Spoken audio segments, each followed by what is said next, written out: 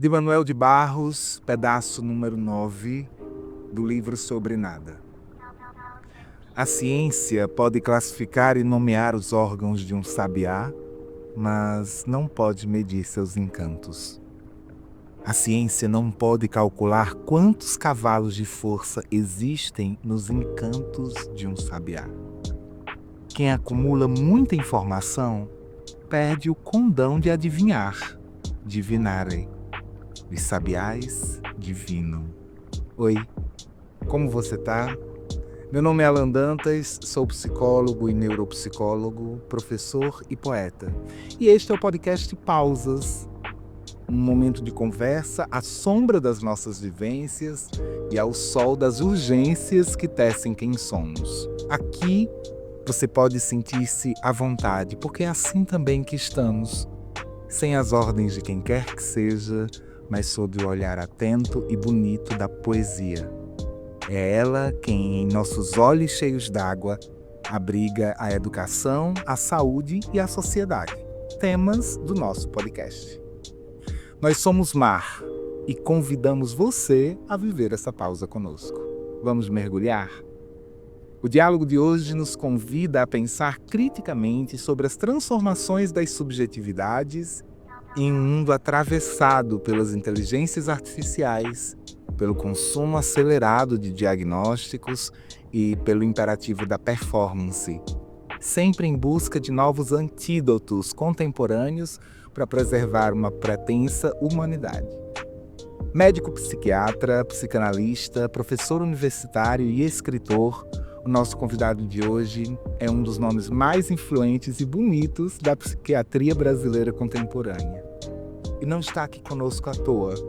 Veio a Açu pela mão da saudade, estudou em nossa terra, no educandário Nossa Senhora das Vitórias. E eu já soube também que adora feijão verde com paçoca, ama viajar, ouve Belchior, Chico e Caetano, torce pelo Palmeiras e é um leitor apaixonado do clássico 100 Anos de Solidão, de Gabriel Garcia Marques. Com ele eu já aprendi muito e quero aprender mais. Doutor Alfredo Simonetti. Bem-vindo, professor. Como você está? Obrigado, Alan, pelo convite. Achei muito interessante e poético mesmo, né? O seu trabalho, o seu podcast, essa ideia de... você começou lendo esse poema do Manuel de Barros, né? Vamos dizer, contrapondo, né? A ciência e a poesia. Você sabe que eu venho trabalhando nos últimos tempos numa ideia, né? Para ver se a gente pode aproximar um pouco, né? Porque penso que a ciência, ela precisa ser racional, exata, mas ela pode ter um pouco de poesia. Do mesmo jeito que tem ficção científica, eu penso que possa ter também um pouco de ciência poética, né. Esse último livro que publiquei sobre exatamente esse tema de inteligências artificiais tem um nome poético, né, e provocativo um pouco, chama-se Gozar por Nós, né, e das propostas do livro é abordar a ciência, né, a partir de um ângulo mais criativo, mesmo escrever artigos científicos onde você não fique apenas na quantidade, no número, no medir os órgãos do sabiá, mas que você possa, misturar, né. Eu acho que a gente precisa, ou vai fazer bem um pouco de ciência poética, né. Então, caiu muito bem o seu convite para esse podcast, muito obrigado pela... E eu fico muito feliz de tê-lo aqui, professor, porque de fato eu sou um grande admirador seu, um grande leitor, alguém que é provocado por sua palavra. Desde o título do seu canal no YouTube, né, do seu programa, Entre Pílulas e Palavras. E me parece ser esse o caminho que de fato você faz quando se propõe a pensar a ciência hoje. Nós temos vivido diversos movimentos difíceis de serem compreendidos e esperançados. E eu vejo em professor Alfredo Simonetti exatamente esse caminho para a gente esperançar um pouco. É isso que você faz quando fala, né, de não olharmos para uma era da inteligência artificial ou para uma era de tanta medicalização da existência, por exemplo, da vida, como um lugar de desesperançar o tempo todo e tornar isso ainda mais difícil, né. Como é que tem sido ser o guardião dessa palavra, assim, como é que tem sido levar essa mensagem para as pessoas? Eu acredito que muitas pessoas como eu se sentirão provocadas e esperançadas, mas também deve haver muita resistência.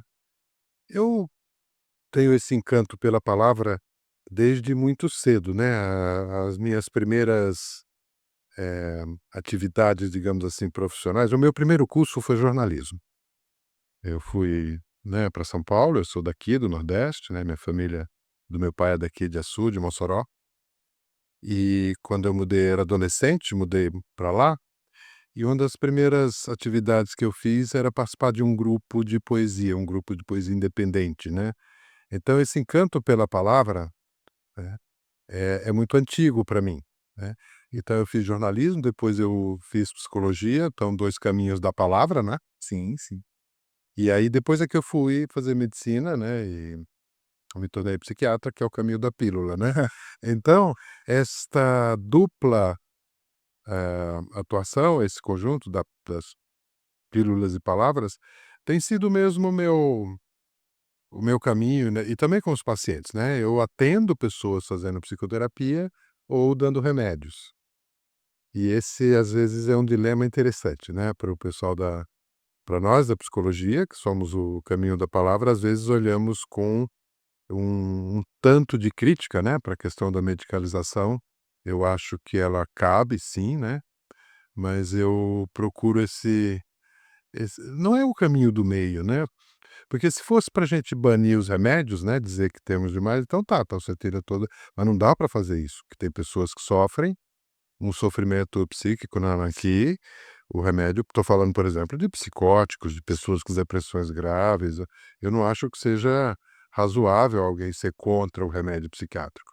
Você pode ser contra o uso abusivo do remédio psiquiátrico, né, sei lá, você é neuropsicólogo, então você deve viver também essa coisa do TDAH, do autismo, né, a gente tem uma explosão desses diagnósticos, né, Exato. mas não dá para dizer que eles não existem.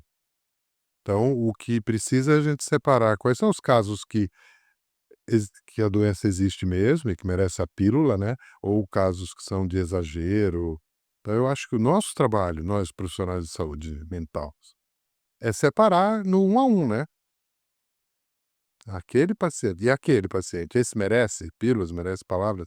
Esse é um dilema, moderno, né, que eu acho que não só nós profissionais, mas as pessoas mesmo quando querem buscar algum tratamento, a quem elas vão? Ao psicólogo, ao psiquiatra? Esse é um dilema que está colocado hoje, né. Eu diria que esse é o Hamlet pós-moderno, né. O Hamlet era ser ou não ser. Hoje a pessoa assim: "Toma ou não toma o remédio?" Se é aquela imagem do Hamlet com a caveira, a gente substitui pelo Hamlet com a caixa de, né, de um remédio, fala: "Toma ou não toma?" Mas não dá para dizer que todos tomam ou que todos não vão tomar, né. Mas eu não sei qual é a sua experiência, a sua prática aqui. Eu tenho visto cada vez,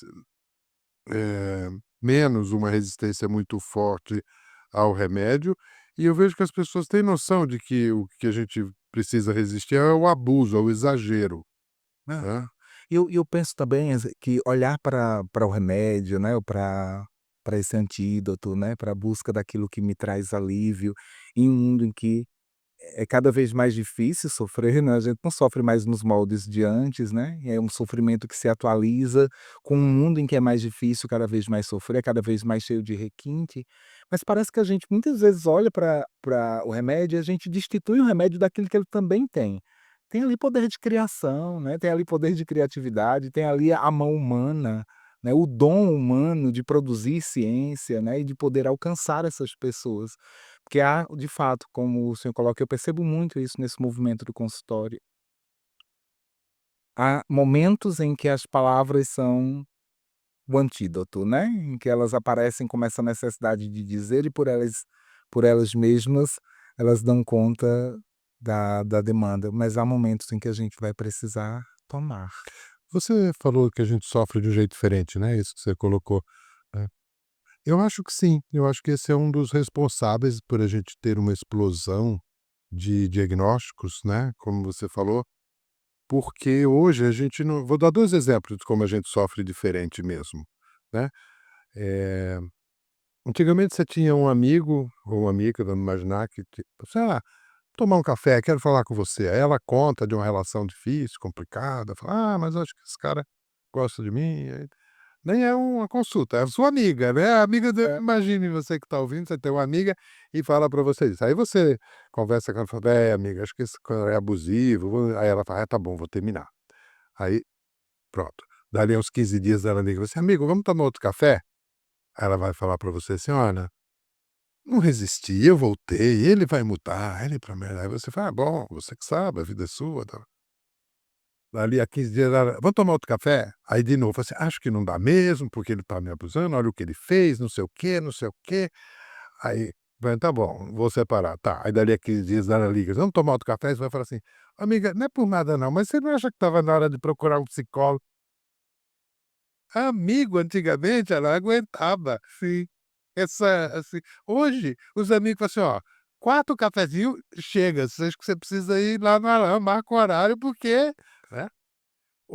O outro jeito que acho que a gente sofre diferente, se você perguntasse para sua avó ou para o seu avô, vamos pegar para o seu avô, se perguntasse para o seu avô qual era o sentido da vida, ele ia falar assim: "Ó, meu filho, se eu criar minha família, honrar a Deus e honrar o meu país, é isso que é a vida", né.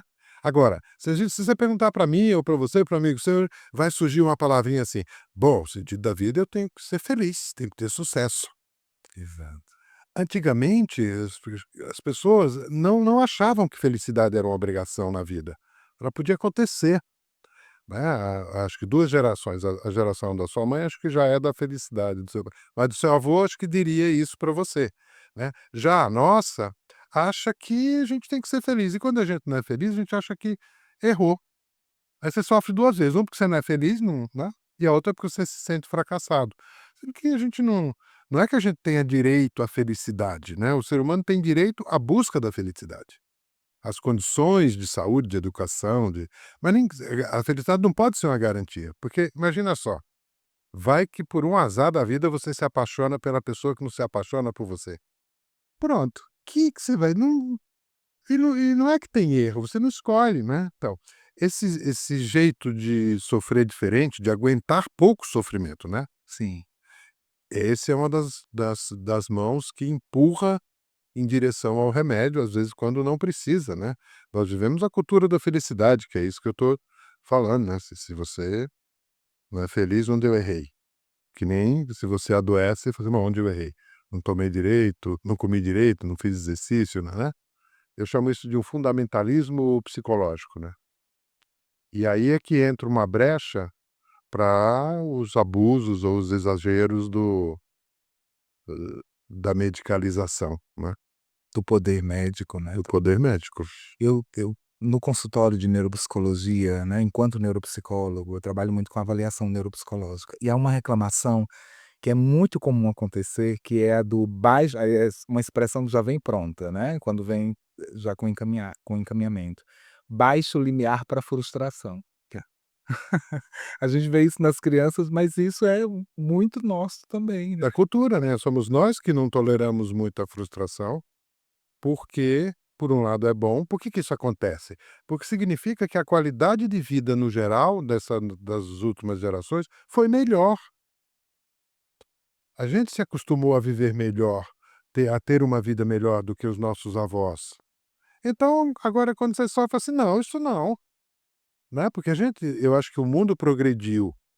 Agora eu não sei o que vai acontecer agora, né, porque eu dizer assim, a gente não viveu uma guerra, nossa geração, né, foram os nossos pais que viveram a última guerra mundial. Mas eu não sei, né, atualmente se nós não estamos entrando, então, nós temos mesmo esse baixo limiar à frustração, que, por um lado, é um sinal de que a gente evoluiu para uma qualidade de vida melhor, porque ninguém quer sofrer, né. Sim. Isso é masoquismo, não estamos dizendo aqui para as pessoas sofrerem, mas é o que é que a gente faz quando você tropeça no sofrimento, né. E hoje a gente está desacostumado, o que significa que a gente pôde dar para os nossos filhos, para a gente mesmo, uma vida melhor. Mas na escola, né, que você deve ter muito essa baixa Eu achei que você ia falar da baixo limiar, da baixo desempenho intelectual, do TDAH, Sim, né? Porque isso foi um dos grandes movimentos, né, na educação, é a ideia de que as crianças têm o TDAH, de que tem desatenção, que não consegue aprender, sim. né? Então, eu imagino que esse seja muito uma prática eh, da neuropsicologia, né? Às vezes me surpreende um pouco com essa que você está falando do baixo desempenho e a frustração, né? Porque o que é que a psicologia clínica, de modo geral, acho que lida muito com isso. Mas me surpreende se falar que nos relatórios da neuropsicologia vem essa demanda, né? Sim. É isso? É, exato. E porque também hoje a gente percebe que por mais que haja uma bom, é como eu percebo, né, a gente, vê um destaque muito maior ultimamente, por exemplo, para o diagnóstico neurológico, do que mesmo para o diagnóstico neuropsiquiátrico ou para o diagnóstico Neuro psiquiátrico, o que me preocupa bastante também, né. Nós temos focado muito no transtorno do neurodesenvolvimento, e aí dentro deles está, por exemplo, o TDAH, e a gente tem olhado muito pouco para o o que essa criança sente, e não apenas no que ela desempenha, né. Ah, ela tem um prejuízo da memória de trabalho, ela tem uma hoje a gente percebe que sim, alguns profissionais eles conseguem olhar um pouco para isso, para o baixo limiar, para a frustração, né, para esses sentimentos, prejuízo de mentalização, para esses sentimentos negativos acontecendo com a criança, mas, na maioria das vezes, quando a gente pensa em neuropsicologia, a gente tem um checklist de desempenho cognitivo. não é isso? Que essa é a primeira impressão. Você falou, né, desse novo conceito de problemas do desenvolvimento, do neurodesenvolvimento, né? Que essa é uma tendência biologizante, né, que a gente tem. A medicina é muito gulosa, a medicina biológica, que é a tentativa de explicar tudo pelo corpo, pela biologia, pelos neurônios e não pela vida. Isso sim eu acho que é um problema mesmo, né, que a gente está enfrentando. A própria ideia de começar a falar do autismo e do TDAH como um problema do desenvolvimento neurológico, né, e não do desenvolvimento psicológico. Mas aí, Ana, eu acho que é o seguinte, a gente não tem instrumentos para dizer que não, né? Porque olha esse dado aqui sobre, vou pegar a esquizofrenia. A causa da esquizofrenia é biológica ou é psicológica, né? Assim, a gente não sabe, né? Ninguém sabe a causa da esquizofrenia até hoje, né? Mas você tem um dado, por exemplo, que 1% da população de qualquer lugar, a esquizofrenia é 1% da população, seja em São Paulo, em Açu, em Natal, na China, Paris ou no Xingu. Eu andei participando Sim, acompanhei. de uns projetos, né, com os indígenas. Então, se uma doença é 1% em culturas tão diferentes, fala a favor de que seja biológico, né, e não da cultura, porque se um jeito indígena de criar, um jeito parisiense, um jeito chinês, um jeito açuense, um jeito paulistano e dá em 1%, né, então significa que muito provavelmente tem mesmo um componente do neurodesenvolvimento. Só que aí onde fica a psicologia, né, nisso, tá. Eu acho que o lugar da psicologia, ele é muito e continua importante, mas ele não precisa ser na causa. Nós não precisamos provar que a causa da esquizofrenia, do TDAH e do autismo é uma má relação da mãe com a criança. Isso é um pecado, né. Mas onde está o aspecto psicológico? Porque se não tiver aspecto psicológico, a gente não entra na história, né. Se for só biológico, o neurologista cuida. É no enfrentamento, no que um esquizofrênico vai fazer com a doença, no que um menino autista vai fazer com o autismo, no que uma criança com TDAH vai fazer. Eu acho que o nosso papel da psicologia é uma clínica do real, do enfrentamento, né, ajudar as pessoas que têm mesmo essa dificuldade, vamos dizer, neurológica, que, por exemplo, no caso do do autista também ninguém sabe, né. Estamos longe de saber o que nessa a gente não sabe mesmo. Mas da esquizofrenia, que aponta muito para uma causa biológica, mas o papel da psicologia, o papel da família não é como causa, e sim, por exemplo, os pais não são responsáveis por um filho esquizofrênico, não é culpa deles. Agora, como vai ser a vida desse filho esquizofrênico depende profundamente dos pais. Então eu acho que nós da psicologia, né, falando entre nós, né, É, assim, a gente não precisa ficar brigando para provar que as doenças têm causa psicológica, porque a medicina biológica vai avançando tanto, tem equipamentos, a nossa briga é dizer que a gente pode ajudar essa pessoa, o que é que ela vai fazer com a doença, né. de conversar com a sociedade sobre É, isso. e escapar dessa briga com a causa. Nós não precisamos que a doença tenha causa psicológica para gente, nós psicólogos, atuarmos. A gente só precisa que essa doença biológica aconteça num ser humano, né, e que aí a gente vai ajudar esse ser humano a lidar com isso, né. Eu acho que desse jeito, acho que a gente vai encontrando uma força para equilibrar muito dessa biologia, né. Você falou de um caminho do meio, quando você estava falando do caminho do meio, você inclusive voltou atrás um pouquinho com isso, mas temos uma psicanálise aí constituindo também Alfredo Simonetti, né. Neste tempo em que brigamos muito na psicologia, em, por exemplo, de um lado, não apenas a psicologia, mas diversas áreas de conhecimento, com o slogan, que a meu ver é bastante preocupante, do baseado em evidências como uma lei, como uma norma, né, para o que pode ser consumido, para o que pode ser vivido. De outro lado, outros modos de fazer ciência, outros modos de produzir conhecimento, de encontrar as pessoas. Como é que Alfredo Simonetti se percebe nesse meio? Esse tema é quente, né, porque eu sou médico, eu venho de uma formação marcada em evidências, né, e na faculdade, né, eu dou aula para a faculdade de medicina e, atualmente o meu trabalho é orientar projetos de pesquisa dos alunos de medicina, né. E, primeira coisa, evidências não dão em árvore, né, evidência não é uma manga, não é uma fruta, não é uma que acontece, ela é construída.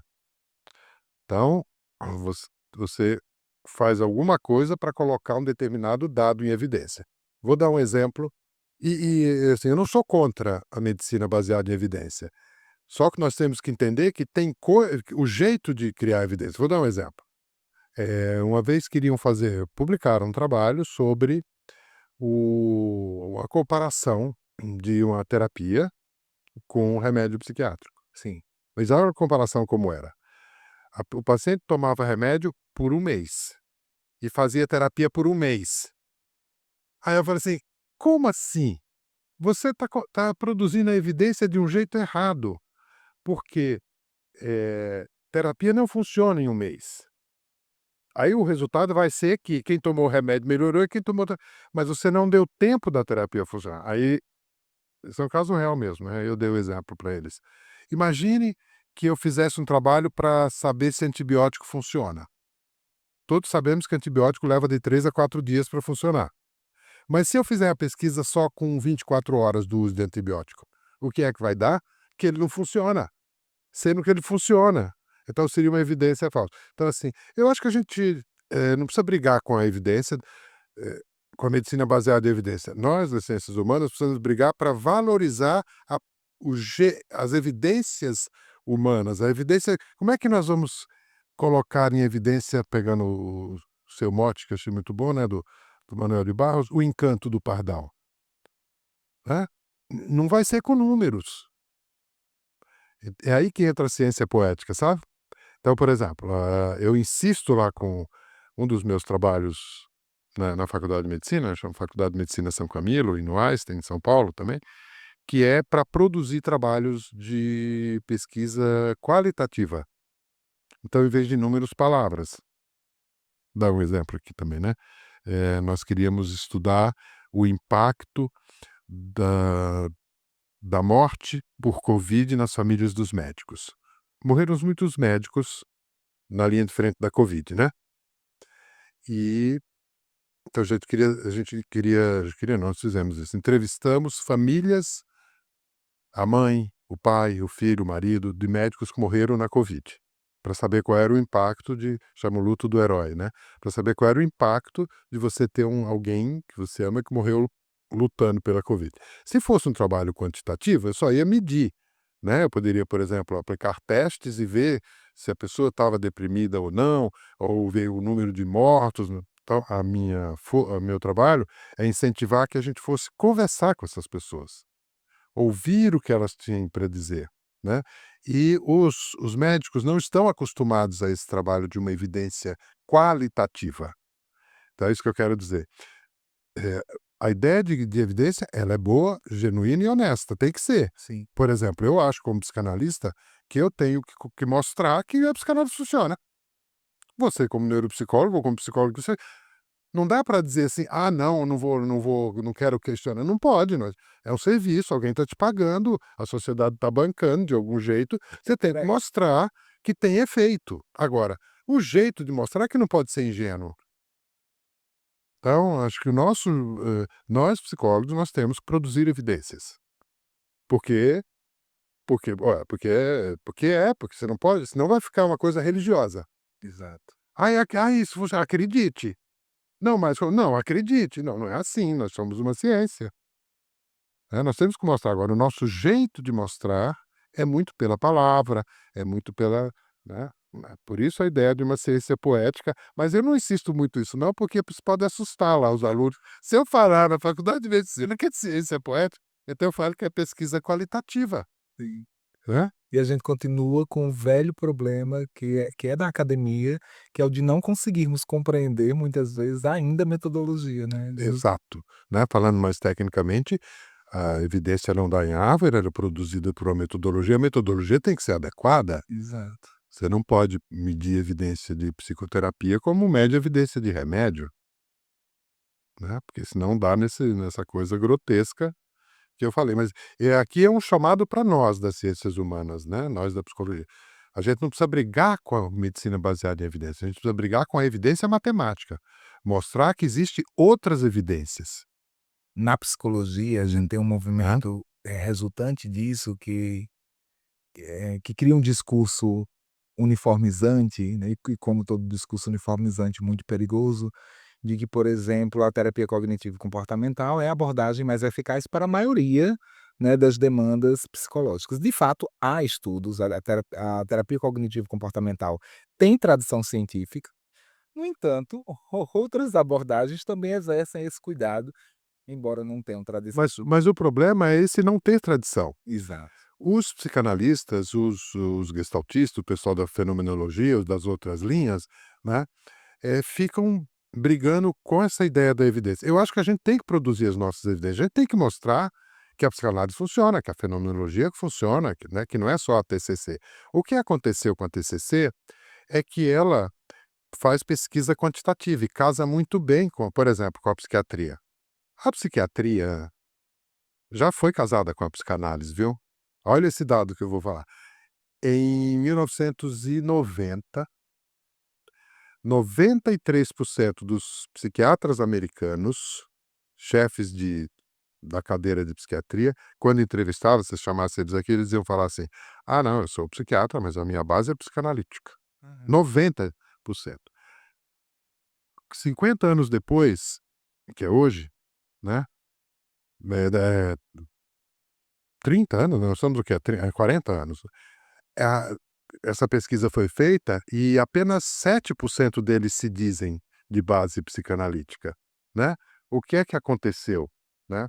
A psiquiatria cresceu muito nessa parte objetiva, então a psiquiatria se separou da psicanálise. Por quê? Porque nessa época, a psicanálise era importante demais para a psiquiatria, ela sufocava. Imagina aquele casamento entre o marido legal, mas machista, sufocante, e aquela mulher que dependia dele. O que aconteceu evoluindo? A mulher começou a trabalhar, e quando ela começou a trabalhar, ter o seu dinheiro, ela falou assim: "Chega, vou me separar". Então, no caso, quem era o marido sufocante era a psicanálise, que não deixa, e a psiquiatria, como aquela mulher que não tinha, né, quando a psiquiatria começou a trabalhar e ganhar seu dinheiro, ou seja, os remédios, Sim. deu um pé na bunda. E aí a psicanálise virou o ex, né. E aí nessa cena aparece quem? Uma linda e jovem moderna chamada TCC. E o casamento da TCC e da psiquiatria deu super certo, eles falam a mesma linguagem, números, evidências numéricas, né. Então, nós, eu me sinto, né, eu sou um psicanalista, nós já fomos a força dominante na saúde mental. Deixamos de ser, agora é a TCC, como você disse que, né.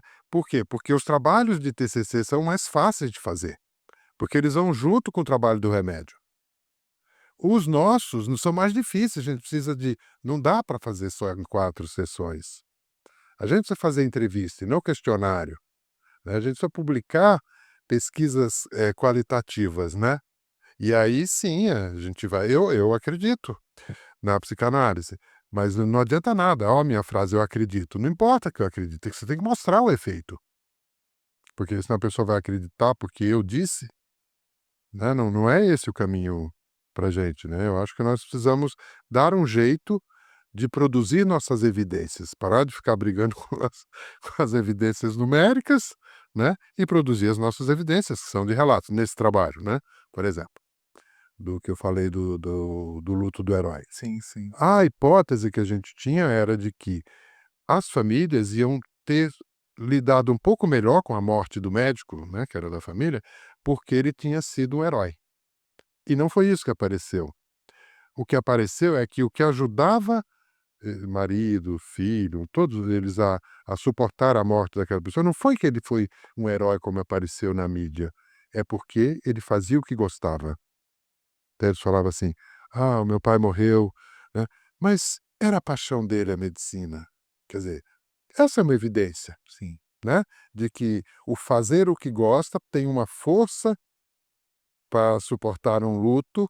Pronto, essa é a evidência, não é numérica, mas nós temos que mostrar, né, isso e que então eu não sou contra a evidência, como você está vendo, eu só acho que nós temos que, desenvolver as evidências qualitativas, Nossa, eu tô né. escutando, assim, e imaginando ou pensando em o quanto eu quero que tanta gente escute isso, porque, um dos maiores riscos que a gente vive, não apenas riscos, mas realidades, difíceis vividas com esse discurso da psicologia baseada em evidências, da medicina baseada em evidências, agora também da educação baseada em evidências, entre outras coisas, para além dessa de não pensar os furos da existência, né, ou a curva, ou o que está fora dela, mas é o de acreditar muitas vezes que a falta de evidência cria uma evidência, né, ou a falta de uma evidência específica, de uma evidência quantitativa, né,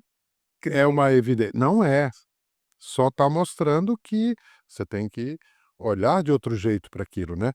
Imagine que você queira estudar a Lua, você não vai usar um microscópio, você vai usar um telescópio. exato, Se você olhar para a Lua com um microscópio, vai dar tudo errado.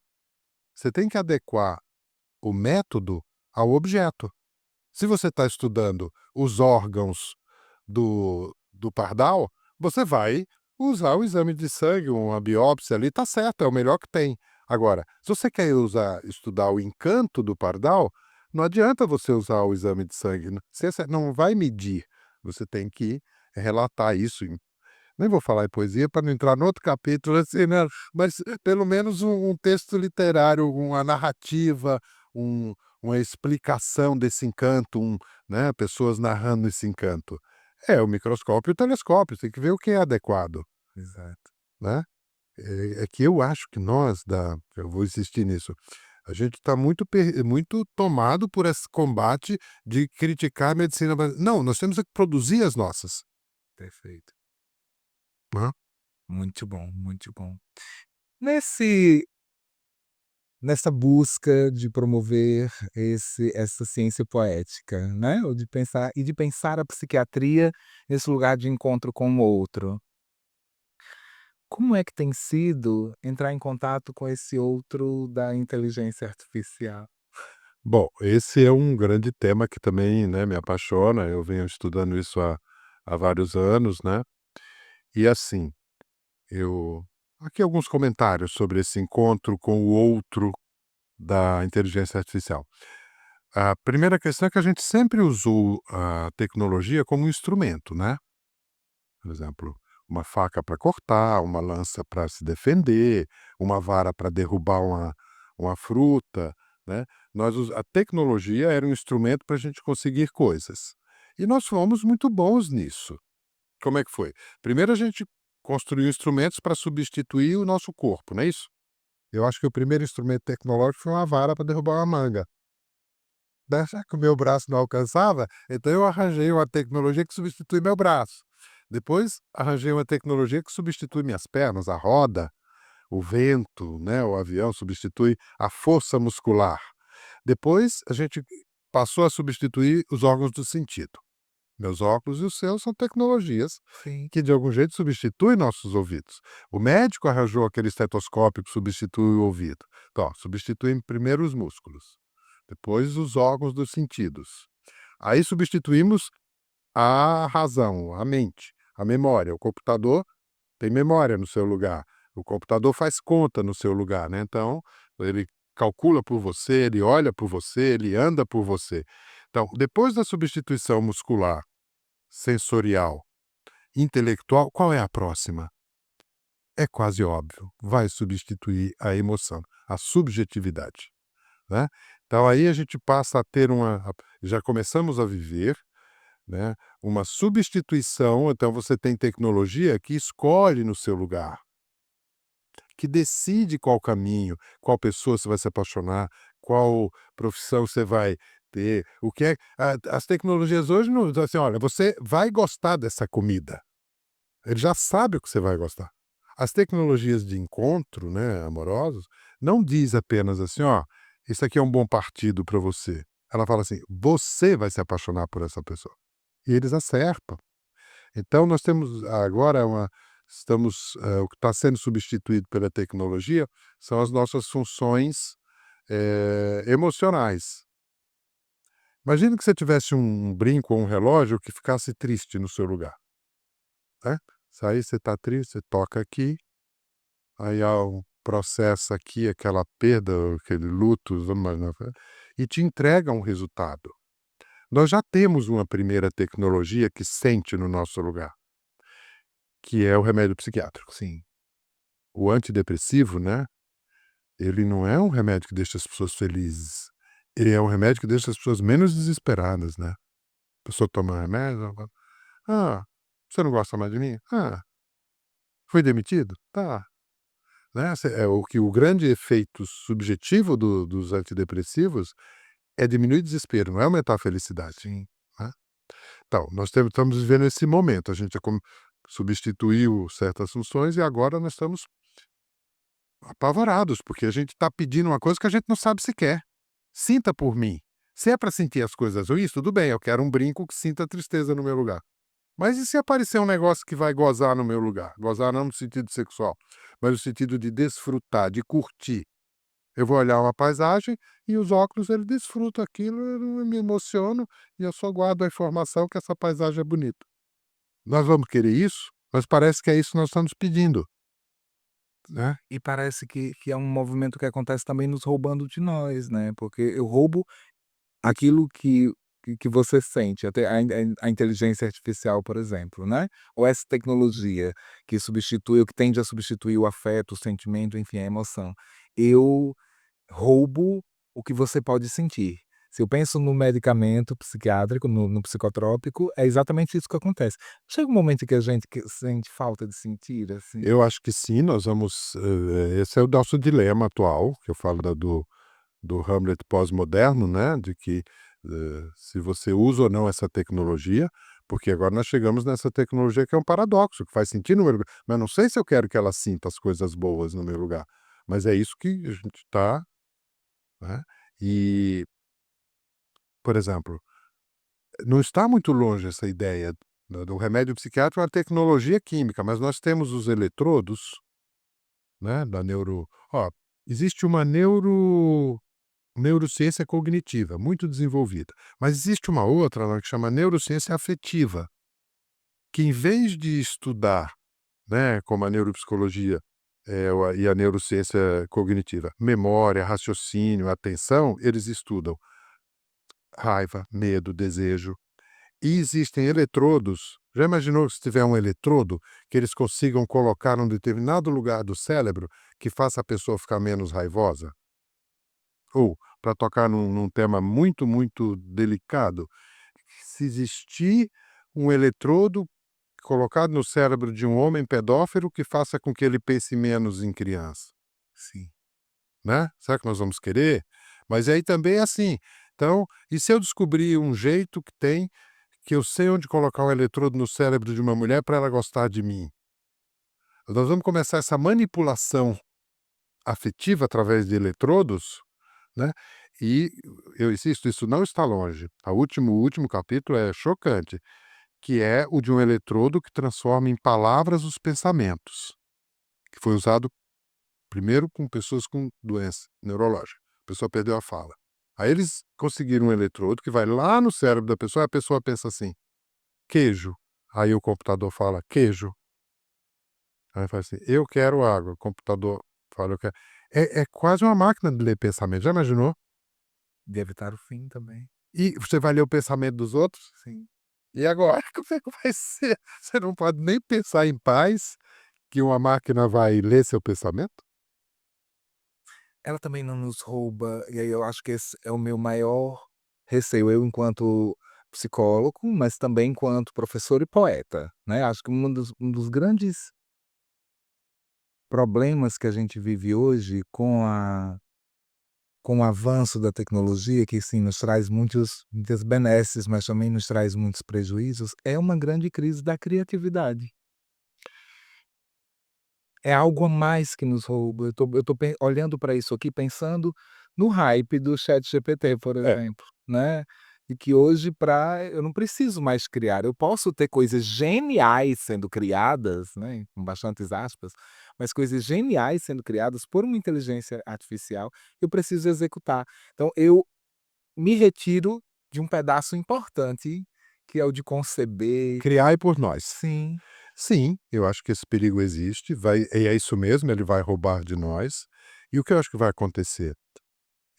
A função emocional mesmo, vamos dizer assim, a criatividade, vai ser um luxo. Você vai ter que brigar para criar, porque vai ter uma máquina que cria mais rápido que você. Então eu acho que certas coisas subjetivas vão virar um luxo. Do mesmo jeito que hoje, pense, tente falar com o gerente do seu banco pelo celular, você não vai conseguir. Você vai falar com uma inteligência artificial. exato. Mas, se a pessoa tiver muito dinheiro, vai ter um gerente específico, vai ser um luxo, né. Então, o contato humano, a criatividade, essa subjetividade vai virar um luxo para poucos. Do mesmo jeito que hoje é um luxo você ter um ser humano te atendendo, porque você é atendido por uma inteligência artificial. É assim que a gente pode falar em subjetividade artificial? Sim, seria o impacto da tecnologia na subjetividade. Tem 2 jeitos de falar, né.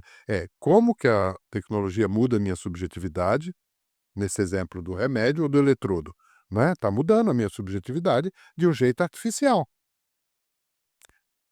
E como a tecnologia muda a minha forma, por exemplo, de me relacionar com outra pessoa. Hum, Veja esse exemplo. Por que que as pessoas preferem mandar uma mensagem do que ligar no celular? Os 2 é no celular, mas hoje ninguém quer ligar. Exato. Sabe por quê? Pelo seguinte, porque quando você liga, se você quiser parar de falar, é chato. Como é que você vai falar assim: "Ei, vou desligar", ou você faz silêncio. Nós queremos a intimidade, o contato, mas nem tanto, a gente quer controlar. E a mensagem de texto, você manda, a pessoa manda de volta, aí você pode pensar, ficar aqui se eu vou responder agora, se eu não vou. Se você estiver falando, você tem que responder na hora. E o contato a gente gosta, mas às vezes ele nos incomoda. Então essa é uma maneira de como a tecnologia a subjetividade artificial. O diálogo fica mais sobre no meu controle. Se eu estou com raiva, eu respiro 3 vezes antes de responder, né. Ou se eu vou dizer não, a pessoa fez sei lá, né, falou uma coisa para mim e eu vou dizer não para ela, eu falo: "Não, espera aí, deixa ela amadurecer um pouco, daqui a pouco ela". Então A relação ficou mediada pela palavra escrita de um jeito mais satisfatório do que pela palavra em tempo real. Sim. É por isso que ninguém quer falar. Vocês mandam: "Ei, não deixe, não ligue, mande mensagem". A gente controla mais o encontro usando a tecnologia das mensagens escritas do que usando a fala, né. Não seria uma desculpa também para a gente se encontrar menos? Porque eu vejo Menos não, é uma desculpa para a gente se encontrar do jeito que eu quero. Menos não, porque olha essa pesquisa, é um encontro também. Veja, o pai com uma filha se separou, tem uma filha de 12 anos, que ele pega de fim de semana, aquele velho modelo, e leva para jantar. Aí era aniversário da menina, o pai falou: "Ah, então eu vou te levar, Beatriz". Aí ela falou: "Pai, posso levar minhas 2 amigas?". Aí o pai falou: "Ah, pode, tá". Aí uma delas não pôde ir. Aí foi a Beatriz e a amiga, e a outra amiga não pôde. Aí chega lá no restaurante, o pai quer conversar, já não tem intimidade com a filha, a conversa não rola. Daqui a pouco ele olha pra Beatriz e pra amiga e estão as 2 no celular, né, tal. Ele olhou, na hora ele ficou puto: "Porra, a gente vem aqui, eu convidei vocês, você falou pra sua amiga, e vocês não estão nem conversando, cada uma no celular". Aí ela falou assim: "Pai, você não tá entendendo nada. Nós 2 estamos falando com a Cristina que não veio". Então, ela não é menos encontro, é encontro do jeito que eu aguento, do jeito que eu tolero, porque nós gostamos do encontro olho no olho, mas nessa intimidade, às vezes, pode não ser gostosa naquele tempo. Então o que a tecnologia permite é encontro do jeito que eu quero, e aí pode dar errado, porque, por exemplo, eu posso querer estar no momento que eu quero mais intimidade e a outra pessoa não, né. Mas é isso, é encontro do jeito que eu quero, não tem ó. Pesquisaram também que o pessoal que usa mais rede social é quem mais sai para as baladas. Você não, porque o esperado seria, já que eles usam tanto, eles não se encontram. Não é verdade. Eles estão no colégio, pode olhar, raramente um se isola para mexer no celular, ele quer ficar mexendo no celular 4, 5 junto, cada um com seu celular. Pode olhar, se você for no pátio de uma escola, é isso que você vai ver. Não tem um cara que está escondido lá no banheiro, né. É 4, 5 amigas. Tudo dentro que eu estava lá, aí de vez em quando uma fala: "Ah, que amiga, não sei o que, então não é menos encontro não, é encontro modificado pela tecnologia. É isso que eu chamo de subjetividade artificial, né. que inclusive é uma leitura incrível, e eu deixo aqui também como sugestão de leitura para quem nos ouve, para quem nos assiste, que é a obra Gozai por Nós, Estudos sobre a Subjetividade Artificial, que está na Amazon, né, está Isso, disponível na Amazon, tanto o Kindle quanto o livro físico. físico. Professor, tem nisso que estamos conversando, eh, uma preocupação de ordem política também, que eu acho que é importante a gente tocar, que é, por exemplo, nesse poder do algoritmo sobre nós, né, se a gente fala nessa inteligência artificial. Eu estava no consultório semana passada e eu descobri uma história que eu achei fascinante, tudo bem, bastante, aterrorizante, assim, com áreas de conspiração, né, de teoria de conspiração, mas uma história que eu não conhecia e um movimento que está acontecendo no TikTok agora. Um áudio tem circulado muito, que é um áudio de um jogo inspirado em um livro de 1967, que se chama I Have No Mouth and I não é? Deixa eu pegar aqui. I Have No Mouth, enfim, and I Must Scream. Eu não tenho uma boca e eu preciso gritar, né. E esse livro conta a história, é um livro de ficção que conta a história, no contexto de Guerra Fria, de os computadores dominando o mundo, né, e eles escolhem 5 humanos, e esses 5 humanos eles são torturados eternamente, né.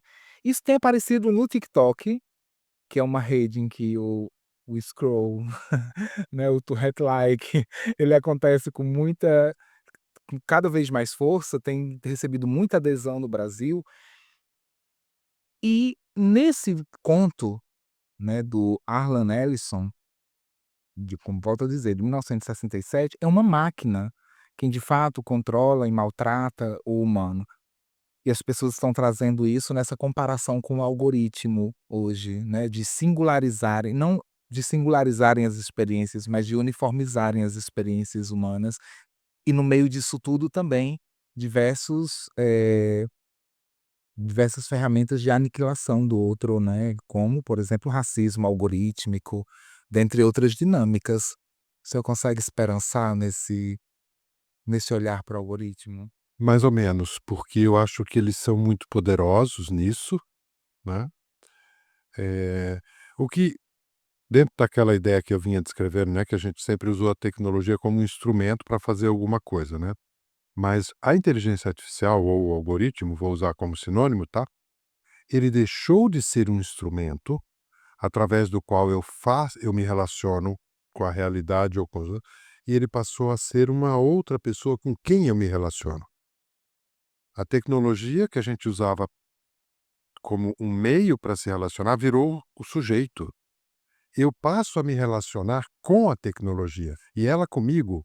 Então hoje, Alan, nós temos uma pessoa a mais no nosso universo. A gente tinha pessoa física e jurídica, não é? Sim, Temos a terceira, temos uma pessoa virtual, com quem eu me relaciono, para o bem e para o mal, né? Tem gente que namora com uma tecnologia, né? Se apaixona e tal, e é bem tratado pela tecnologia. E tem uma tecnologia programada para o mal, pode ser para uma crítica, para uma...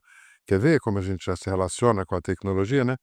Pense aí, né, o pessoal que está ouvindo. Você é gentil com o chat GPT quando você pede uma coisa ou você pede direto? Você fala assim: por favor, me faça a relação dos livros que falam sobre tal coisa. Ou seja, relação dos livros que falam. Por que algumas pessoas são gentis com o chat GPT, outras não são? Né? Por quê? Vamos pensar. Quem é gentil, quando eu pergunto, vai assim, porque, ou porque eu sou acostumado a ser gentil, eu sou educado, então eu falo, mas é uma máquina, você não precisa fazer isso. Porque, aliás, custa caríssimo, sabia? Se todo mundo que usa o chat GPT começar com por favor, são duas palavras, mas esse dado que eu estou trazendo é de um estudo de economistas, não de psicólogos, né?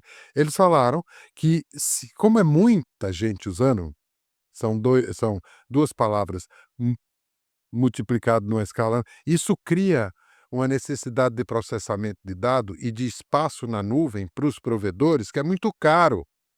Então os economistas não gostam desse negócio de ser gentil com a ChatGPT, mas acontece que dependendo de como você fala, a resposta é outra.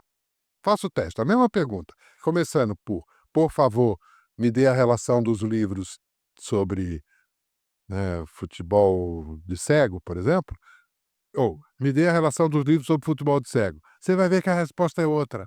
Quando você é gentil, ele também é gentil, ele dá, além do relação dos livros, ele dá onde você pode comprar, ele dá os preços. Então, nós estamos nos relacionando com os algoritmos e os algoritmos eh, se relacionando com a gente. Mas isso eu tenho que ainda estão no campo muito do subjetivo. Quero aceitar o seu toque para falar da questão social e política, né.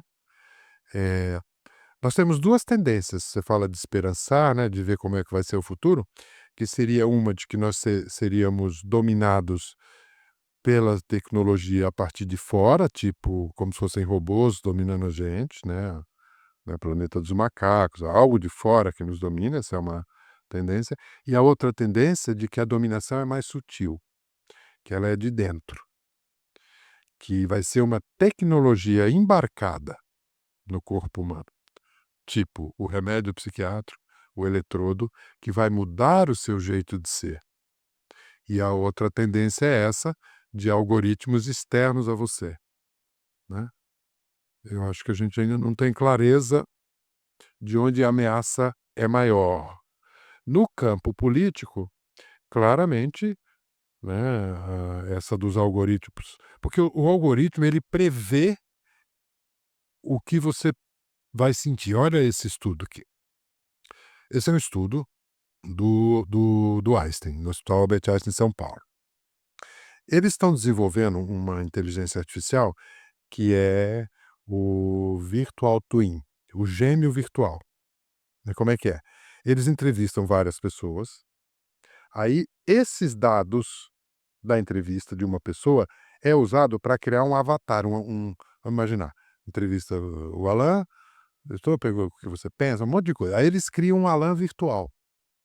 Aí eles querem testar como que o Alan virtual vai reagir às orientações dos médicos para não comer açúcar, para parar de fumar, em vez de fazer isso com você, eles fazem com o seu gêmeo virtual e eles acertam o que o gêmeo virtual vai responder, bate muito com o que você responderia.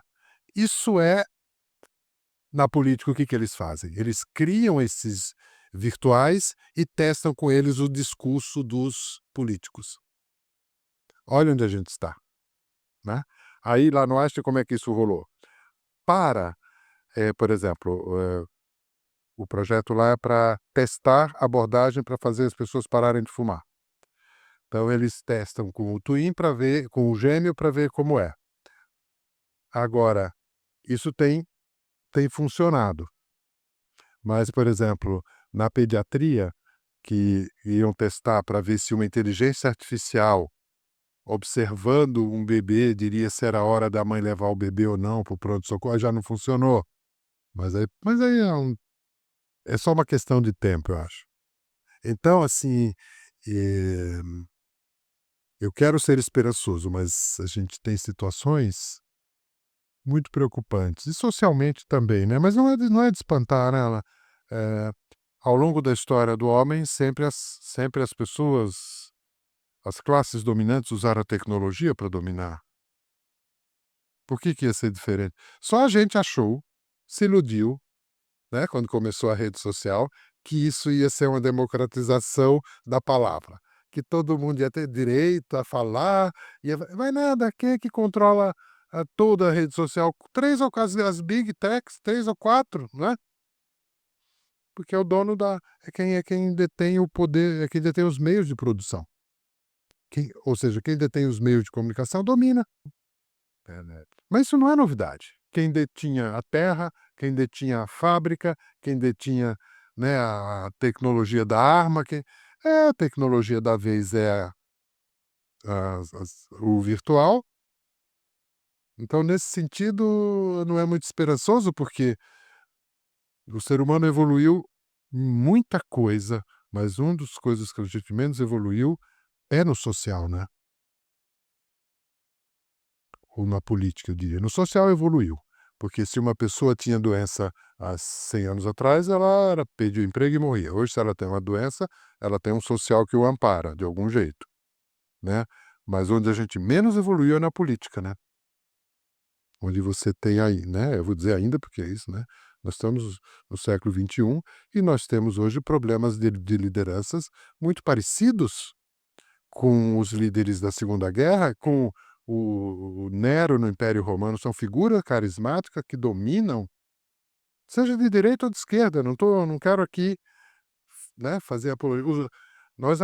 A política ainda é baseada nesse caráter individual de grandes líderes que fazem o que fazem, né. Mas aqui nós estamos entrando nesse terreno da política, né, e na política mundial estamos falando, né, não estou falando que, infelizmente, eu acho que o que a gente está vendo é muito parecido. A gente não viu quando começou a Segunda Guerra Mundial, mas a gente sabe da história. Os líderes, os países botando, né, taxação um do outro, brigando aí, 2, 3 presidentes.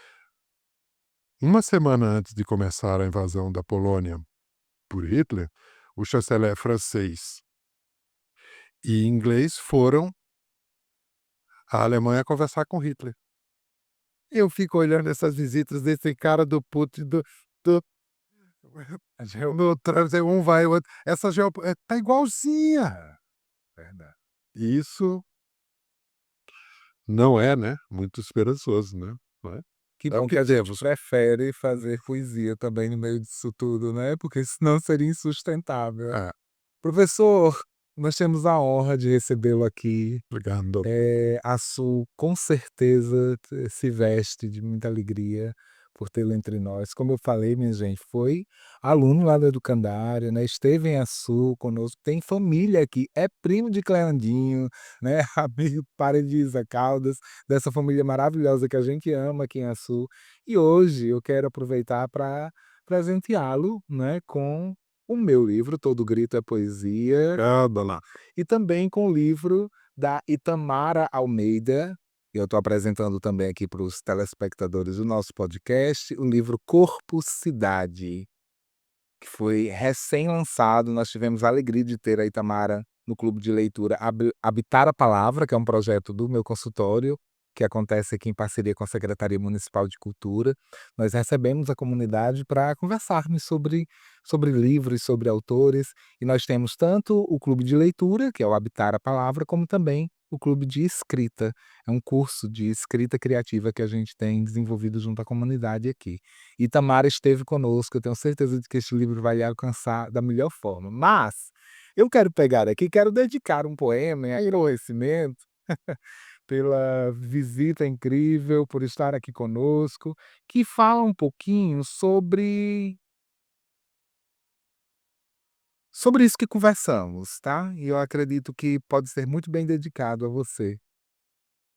Positivista. Entre a ciência e a poesia, eu faço pausas. Mas não vejo os limites, apenas mudo as palavras. E essa palavra pausa não é morta, respira. Entre a ciência e a poesia, eu calo um pouco. Para poder ouvir quem diz, sem a interferência de saberes canônicos e projetos alheios. Entre a ciência e a poesia, meu verbo caminha, mas também tropeça. Porque vez ou outra, no terreno da ciência, esbarro em lirismos e fico lá, sem prazos. Muito obrigado, professor, por nos fazer esbarrar em lirismos nessa ciência tão potente que tem alcançado tanta gente no Brasil e no mundo afora. Muito obrigado. Olá, muito obrigado pela conversa, por essas ideias, né, dessa aproximação entre ciência e poesia, deste diálogo, né? E pelo que eu entendo aqui é um tema da sua obra, vou ler, mas já senti que esse é um tema para você, né? Gostei muito da ideia da pausa, né? Sim, Da...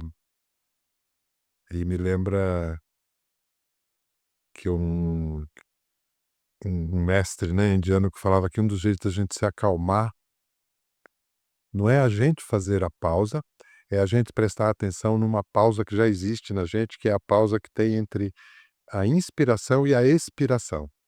Ele falou assim: se você perceber, tem uma pausa. Você inspira, tem uma pequena pausa. E quando você começa a prestar atenção nessa pausa, você fica menos ansioso, né? Assim, mas acho que a sua pausas aqui é multissimbólica, ela simboliza muitas coisas. Parabéns aqui do seu podcast. Vou ouvi-lo também. Muito obrigado. muitíssimo obrigado. E a vocês que estão em casa, que alegria, que episódio lindo. Compartilhe com as pessoas, se fizer sentido para vocês. E a gente se encontra no próximo Pausas.